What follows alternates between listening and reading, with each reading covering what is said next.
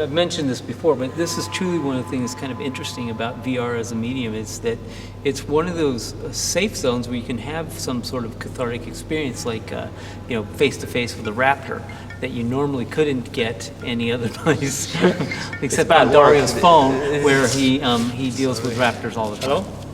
See, this is what we call real-time production. Yeah. Right there. We're still in production, and it's happening right now. Should we go back to the office? I hope it shows in the game that we obsess over details and that it makes a living, believable world, which I think is what you need for VR. It's obviously not easy. I mean, we gave you guys a portal. We gave you a portal into a different dimension. I think this is one of the most amazing things about this tech is the simple fact that we can create an environment where you feel like you're there. And it's so immersive that at some point in time, you actually kind of forget where you are until you take off your headset.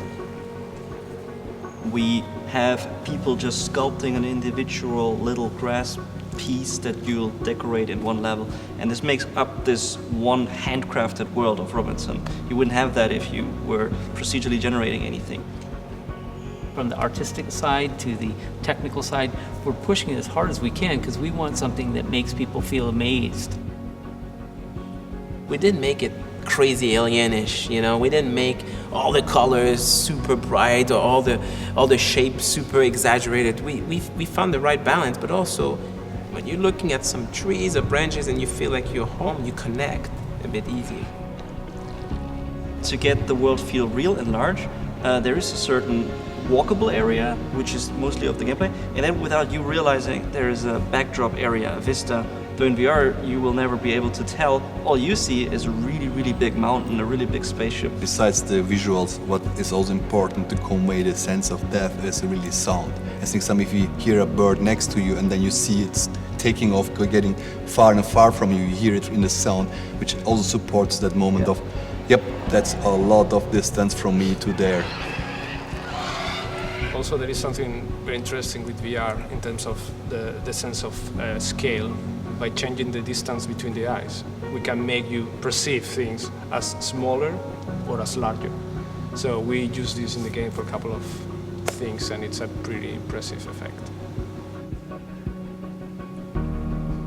We are proud of every single prop. Every box has actually correct measurements and can function in ways that probably NASA could really use.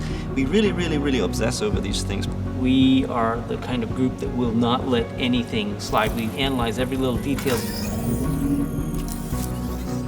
The barbecue grill, that was just the wrong size. Oh yeah. We didn't just want to scale it up to 10% that was necessary so you could throw something into it, but we completely designed a new funnel that was basically an adapter sold separately for the barbecue. You see how obsessive he is? This is awesome. See my life? You see his life? And then we have to render all this, take care of all this, make sense, make sure it fits in. A lot of things have glass because that just makes his life harder, so it also looks great.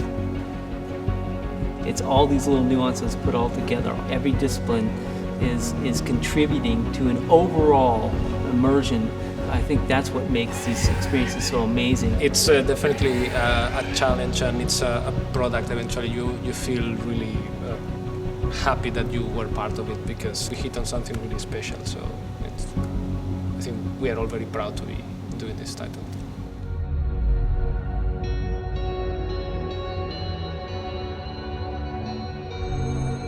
Achieved with CryEngine.